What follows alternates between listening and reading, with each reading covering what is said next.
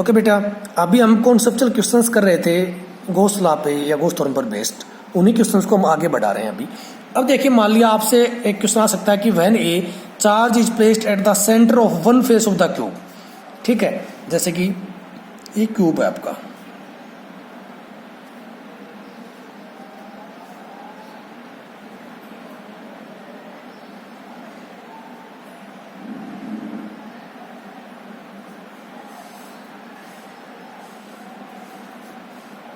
ये आपका क्यूब है बेटा, यानी कि आपका रूम ही कंसिडर करिए आप यहाँ पे। तो देखिए बेटा, अगर मान लो जो चार्ज है, ठीक है, वो आपके सामने वाली जो दीवार है उसके अंदर रखा है, दीवार के अंदर रखा है, ठीक है। दीवार के अंदर का मतलब क्या है, अब हमने जैसा कि आप सॉलिड स्टेट केमिस्ट्री के अंदर पढ़ते हैं कि वहां पर एटम को हम क्या मानते हैं, एक सॉलिड स्फीयर, मैंने कुछ देर पहले भी बताया था, वैसा ही सॉलिड स्फीयर हम इसको भी कंसिडर करेंगे। तो फॉर एग्जाम्पल, ये आपकी फ्रंट वॉल है जो आपके सामने, आपके मुंह के सामने वाली वॉल है, इसके अंदर हमने क्या किया बेटा, इसके सेंटर के अंदर पॉइंट चार्ज को रख दिया, ठीक है। तो ऑब्वियस सी बात है, देखो जब हम वॉल की थिकनेस को क्या कर देंगे, इग्नोर करेंगे, मान लिया वॉल बहुत थिन है, बहुत पतली है, वॉल की थिकनेस को जब इग्नोर करेंगे हम, तो ये जो पॉइंट चार्ज है ये आधा दीवार से अंदर की तरफ होगा और आधा दीवार के बाहर, ठीक, आधा क्यूब के अंदर होगा और आधा क्यूब के बाहर की तरफ। तो जो नेट चार्ज इसके अंदर प्लेस्ड है, ये टोटल अगर प्लस क्यू था तो नेट चार्ज कितना इनक्लोज्ड होगा, यहाँ पे net charge enclosed is equal to में क्यू बाई 2, है ना। नेट चार्ज इनक्लोज किसके इक्वल होगा, क्यू बाई 2। ओके, तो देखिए बेटा, according to Gauss theorem total electric flux किसके इक्वल होता है, according to Gauss theorem charge enclose कितना है, क्यू बाई टी अपॉन में एप्सिलॉन नॉट, यही होता है। तो इस 2 को नीचे ले आऊंगा, क्या हो जाएगा, क्यू अपॉन में 2 एप्सिलॉन नॉट, ठीक है।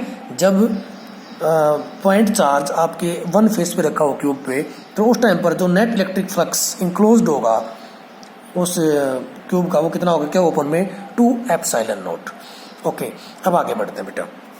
अब देखिए, हमने एक केस किया था पीछे, उसके अंदर हमने आपको बताया था कि अगर ये कोई क्या है,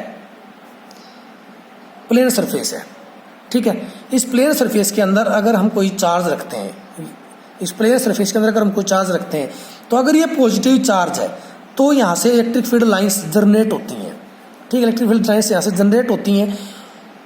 लेकिन कोई भी इलेक्ट्रिक फील्ड लाइन ऐसी नहीं है जो इस सरफेस को क्रॉस कर रही हो, जो इलेक्ट्रिक फ्लक्स जो इस सरफेस को क्रॉस कर रही हो, इससे जनरेट होगी, इससे बाहर निकल रही है ये, ठीक है।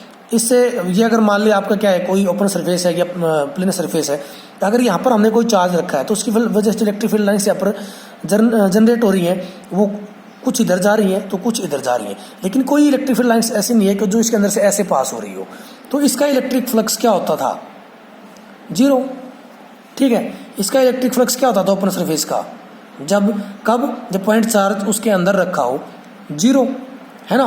तो देखिए, जो आपके अगर पॉइंट चार्ज को मैं कंसिडर करता हूँ कि आपके सामने वाली दीवार के अंदर रखा है, आपके सामने वाली दीवार के अंदर रखा है, तो आपके सामने वाली दीवार का इलेक्ट्रिक फ्लक्स तो क्या होगा, 0।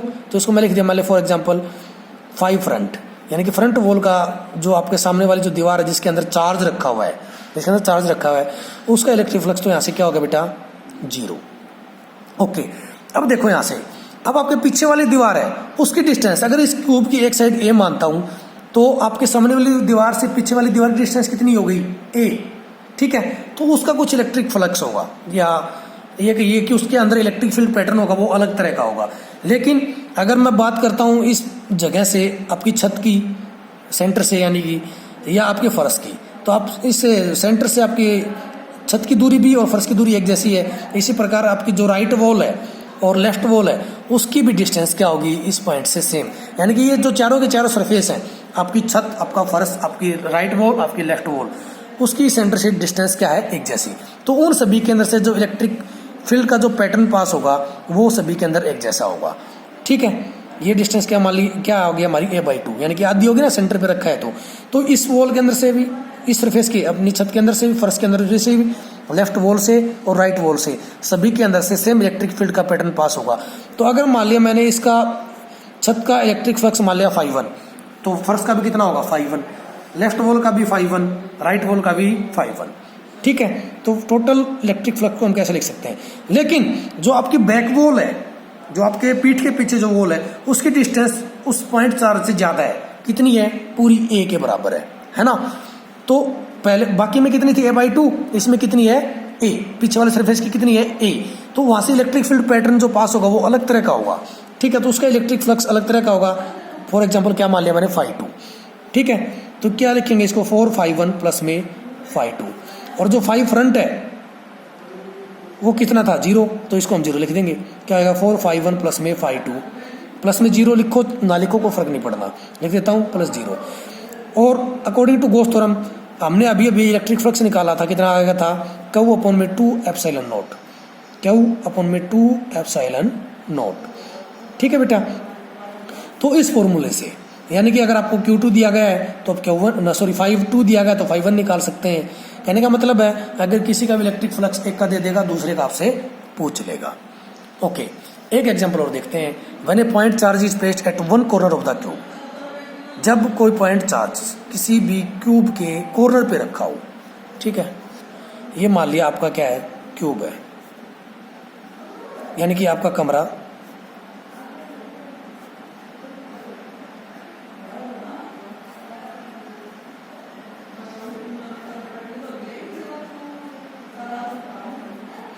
ओके। अब मान लीजिए बेटा ये जो कॉर्नर है, इस कॉर्नर पे आपको अपने पॉइंट चार्ज रखा है, ठीक है। फॉर एग्जांपल आप जिस रूम में बैठे हैं उसके ऊपर के राइट कॉर्नर में हमने क्या रख दिया, प्लस क्यू चार्ज। तो आप क्या देखोगे कि जब उसको, अब जैसे कि मैंने सॉलिड स्टेट फिजिक्स केमिस्ट्री की बात कर रहा था मैं, सॉलिड स्टेट केमिस्ट्री की, तो उसके अनुसार उस पॉइंट चार्ज का 1/8 हिस्सा हमारे रूम के अंदर होगा, ठीक है। हमारे रूम के अंदर कौन सा हिस्सा होगा, 1/8, यानी कि 8वां हिस्सा कह सकते हो सिंपली, ठीक है। तो यहाँ पे जो टोटल चार्ज इनक्लोज्ड है वो कितना है, Q/8, कितना होगा वो, Q/8। तो इलेक्ट्रिक फ्लक्स क्या हो जाएगा, total electric flux according to Gauss theorem, charge enclosed upon में ε0, चार्ज इनक्लोज कितना है, Q/8 इस केस में, तो क्या होगा, Q/8 ε0। यहाँ तक आई थिंक कोई डाउट नहीं होगा, ठीक है बेटा। अब देखो यहाँ पे अभी मैंने क्या बताया था कि जो पॉइंट चार्ज, ठीक है, हम पिछले लेक्चर्स में पढ़ चुके हैं और इसमें भी मैं एक बार बता चुका हूँ, मैं फिर से रिपीट कर रहा हूँ। कोई भी पॉइंट चार्ज अगर किसी भी प्लेन सरफेस के अंदर रखा है, किसी प्लेन सरफेस के अंदर रखा है, तो उसका इलेक्ट्रिक फ्लक्स क्या होगा, 0। तो ये जो पॉइंट चार्ज है देखो, ये किस किस की प्लेन के अंदर एग्जिस्ट करता है, ठीक है। अगर मैं आपके रूम की बात कर रहा हूँ, अगर आपने माना है कि आपकी जो राइट कॉर्नर है ऊपर वाला, उसके अंदर आपने चार्ज रखा है, तो वो किस किस की प्लेन में एग्जिस्ट कर रहा है, आपकी छत में, आपके सामने वाली दीवार के और आपकी राइट वाली दीवार के, ठीक है। इन तीनों की प्लेन में एग्जिस्ट करता है, ठीक है। तीन प्लेन या 3 सरफेस और बच गए, कौन सा बच गया, आपका पीछे वाला, आपकी लेफ्ट वाली दीवार और आपका फर्श, ठीक है। तो देखो मैं इसको थोड़ा सा शेडिड कर देता हूँ लाइन से। ये मान लिया आपकी छत है, आपके रूम की छत है, तो छत की प्लेन में एग्जिस्ट करेगी, ठीक है। ये मान लिया आपकी क्या है, राइट वाली वॉल, ठीक है, राइट वाली वॉल की प्लेन में एग्जिस्ट करेगी। और ये मान लो आपकी जो पीछे सामने, आपको मैं दिखा नहीं सकता 3D है ना, आपके सामने वाली दीवार इधर है, फ्रंट वाली वॉल, ठीक है। मैं इसको थोड़ा सा कुछ इस साइड दिखा देता हूँ। तो ये जो फ्रंट वाली दीवार है इसके अंदर एग्जिस्ट कर रहा है, तो आपकी कौन सी वॉल बच गई, अब बैक, ठीक है, आपकी लेफ्ट, और आपका क्या बच गया, फ्लोर, यानी कि फर्श। तो देखो अब यहाँ पे इस पॉइंट चार्ज से पीछे वाली दीवार की डिस्टेंस भी a, ठीक है, पीछे वाली दीवार की भी डिस्टेंस कितनी है, a, ओके।